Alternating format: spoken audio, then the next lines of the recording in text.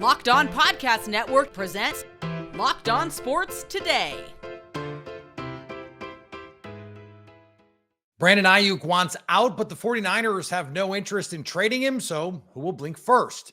Also, the WNBA had a marquee matchup on Tuesday, and Devonte Adams should get out of Vegas, but not so he can go catch passes from Aaron Rodgers again. I'm Peter Bukowski, starting your day with the can't-miss stories and biggest debates in sports. You're Locked On Sports Today. Searching all major sports. Found. Let's start with the biggest story. Another offseason, another contract drama in the Bay Area. Deebo Samuel, remember, not that long ago, requested a trade. You'll also remember he's still on the team. He got paid. Nick Bosa, unhappy with his contract. Well, he's still on the team. He got paid. Brandon Aiyuk now, though, publicly requesting to be traded at this moment in mid-July. Brian Peacock from Locked On 49ers joins me now. And Brian, this has been one of those things where it's like, will they, won't they, all season. And now it seems like Brandon Aiyuk is basically saying, you know, let's use the bathroom or get out of the bathroom. That's not the metaphor, but you guys know that phrase. What is the most likely outcome here now? I've asked you this question before, but here we are. Don't forget Robbie Gould's trade request either. Packers killer Robbie Gould. Let's not even go down that road. And he ended up signing as well, just like Brandon Aiyuk will. But I think the timing of this trade request is odd because I expected a trade request. And if you go back 6 months ago and listen to Locked On 49ers post Super Bowl, it was like, okay, what's the big item on the docket this offseason? It's Brandon Aiyuk. Well, buckle up because it's going to be a hell of a negotiation, as it always is. He's not going to sign before training camp, and he's going to request a trade. And now we've checked all those boxes. We still have a week before camp, so maybe he'll still get that done. And I actually think the timing is interesting because if there was going to be a Brandon Aiyuk trade, it was very likely going to be before the draft. As soon as the draft happened, even though they did draft a wide receiver, Ricky Pearsall is about 2025 and not about 2024. And he could replace not only Aiyuk, but he could replace Deebo Samuel as well if Aiyuk gets the deal, which I think was originally the plan. Now, maybe Aiyuk wants way too much and the 49ers aren't willing to get there. I think the gap is about $4 million. The reports are that Aiyuk's looking for about 30.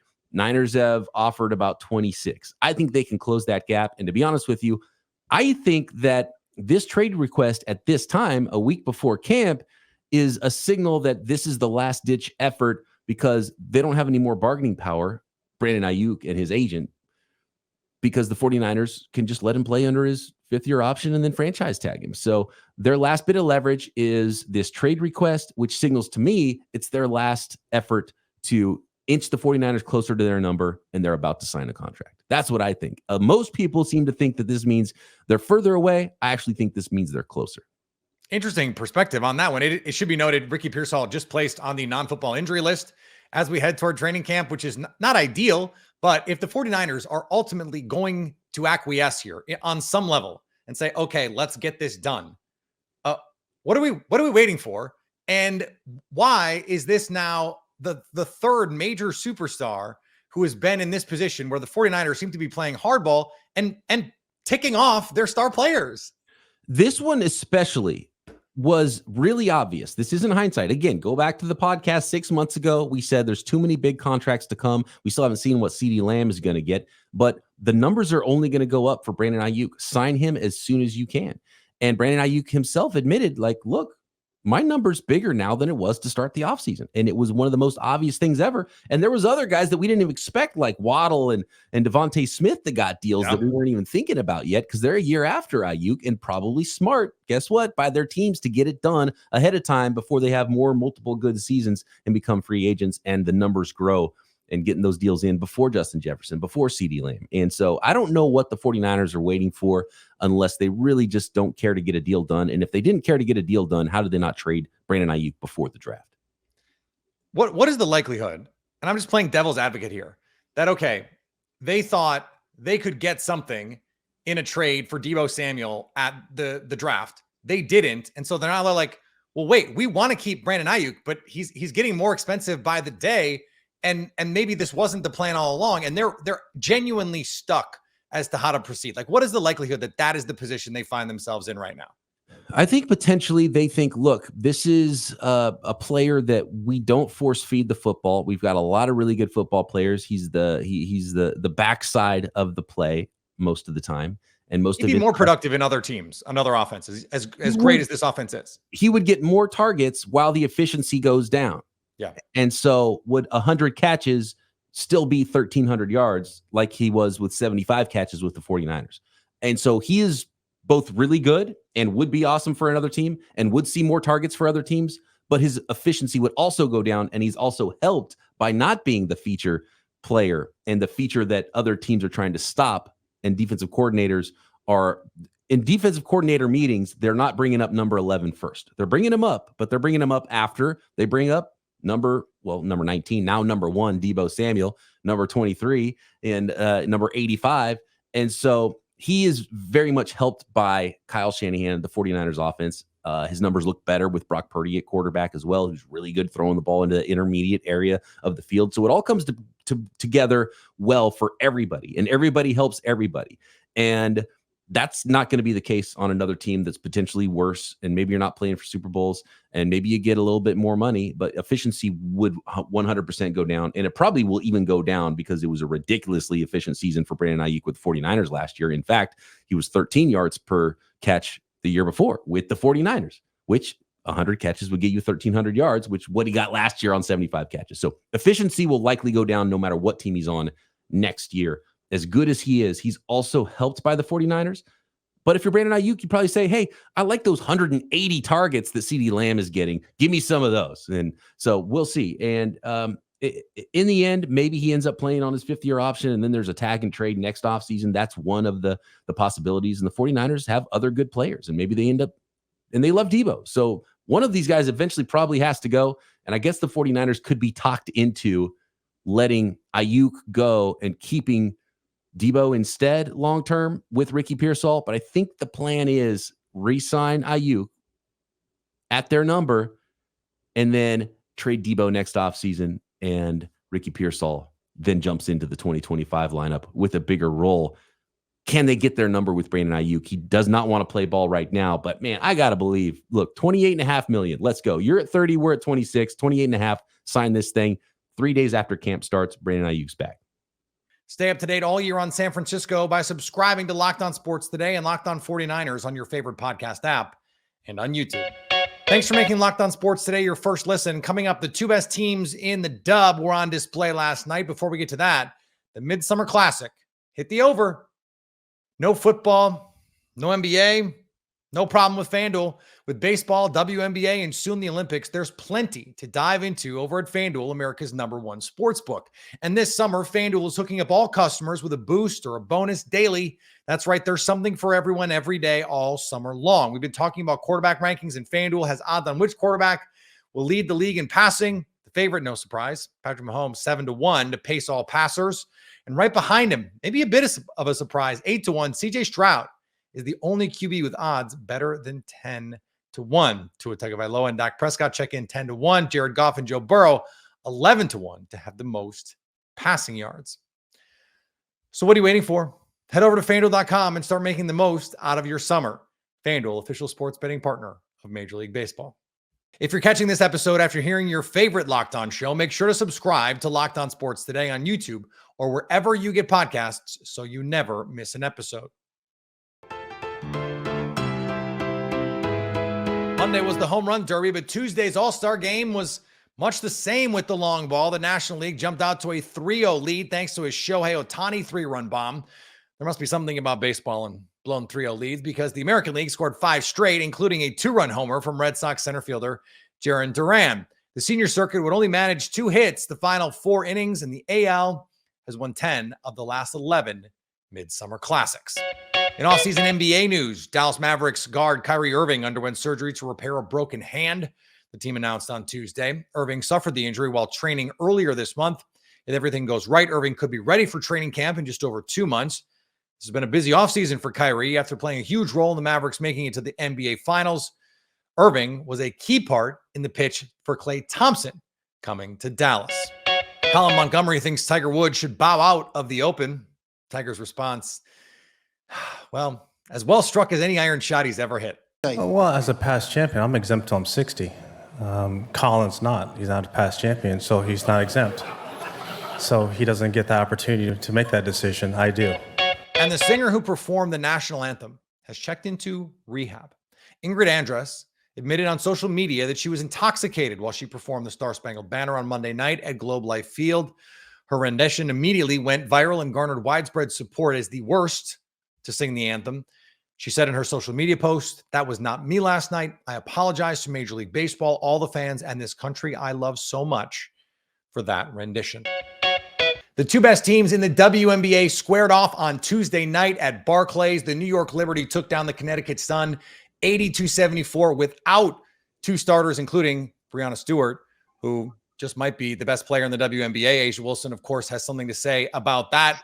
Jackie Powell hopefully has something to say about this game between, as I said, the two best teams in the dub. She was there at Barclays for this one, and we saw Sabrina Ionescu carry this team 30 points without Breanna Stewart. And it does seem like we're at the point where it's like, can anyone do anything against this team when they're healthy?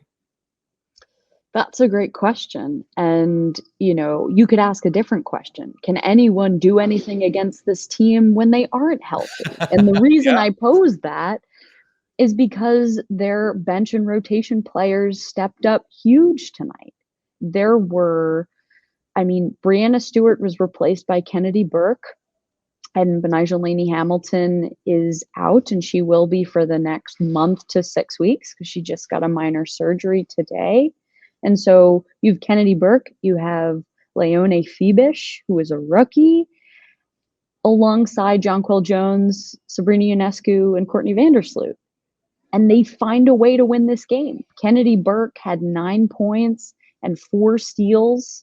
A lot of those steals came in the fourth quarter, which were absolutely critical. So if anything, the Liberty are proving tonight that they might have the best and most reliable bench in the whole league. Yeah, you mentioned the fourth quarter. They held the Sun to just 11 points. And we know what their best players with Sabrina and Breanna Stewart can do offensively. But defensively, they have the sort of versatility and depth that can if it's going to be a slog, and you have Jonquel Jones shoot 3 for 11, you have to be able to defend, and they did that. They did. When you take a look at the numbers here, New York had 10 steals, Connecticut had 11. This was a very grinded out type of game. There were so many turnovers on each side, but it was really about who wanted it more. And it seemed like the Liberty wanted it more. You had key minutes from Ivana Dojkic, who is a combo guard that played 21 minutes coming off the bench. She had 7 points, 3 rebounds, a steal herself.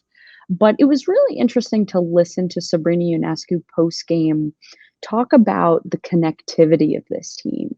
And she sort of said that everyone on this roster, she would sort of play hard for them. She wants to play hard for every single one of her teammates. And that's sort of what you saw tonight. There was a level of connectivity. Jonquel Jones also said post-game that she and her team were never worried about their lead dissipating or when the score was tied in the third quarter. They had a calm confidence that they were going to be able to win this. Okay, all that being said, one of the best players in the WNBA doesn't play. This is the team that you are fighting for the number 1 seed in all of the playoff positioning. What are the chances that we look back in a month or two and go, that was really the game, that was their chance, and they missed the opportunity for the Sun? Yeah, I think you're referring to the fact that Alyssa Thomas was limited. She did not play. I didn't mean Breanna Stewart did not play. You want to beat the Liberty if you're not going to get Breanna Stewart to play. Oh, yes, of course. And it's interesting you bring that up because this is the second straight game that Breanna Stewart did not play. And she did this because, the Olympics is coming up and they want to preserve her. And they all thought that was the best solution to just this crammed schedule. But against the Chicago Sky this past weekend, the Sky sort of came out a bit complacent. And so maybe the Sun did too, where they were like, oh, no Stewie, no Benijah Laney Hamilton. We can just sort of come out and beat the Liberty because they don't have their MVP. But everyone else, the bench, Sabrina Ionescu, they all stepped up and proved that complacency, has no business. Stay up to date all year on the W by subscribing to Locked On Sports Today and Locked On Women's Basketball on your favorite podcast app and on YouTube. Coming up, Davante Adams should get out of Vegas, but not so he can reunite with Aaron Rodgers. Rumors are swirling that Davante Adams wants the Raiders to trade him. Some believe that this would be a perfect opportunity to reunite with Aaron Rodgers in New York. Locked On NFL host James Rapien is not among those people. And so when Randy Moss says, yeah, go get your ring, I agree with that. What I don't agree with is this idea that reuniting with Aaron Rodgers is the way to go. And it's really interesting because you look at the NBA and the NBA moves like this, and there are guys that push for certain destinations. And one of the things I could never understand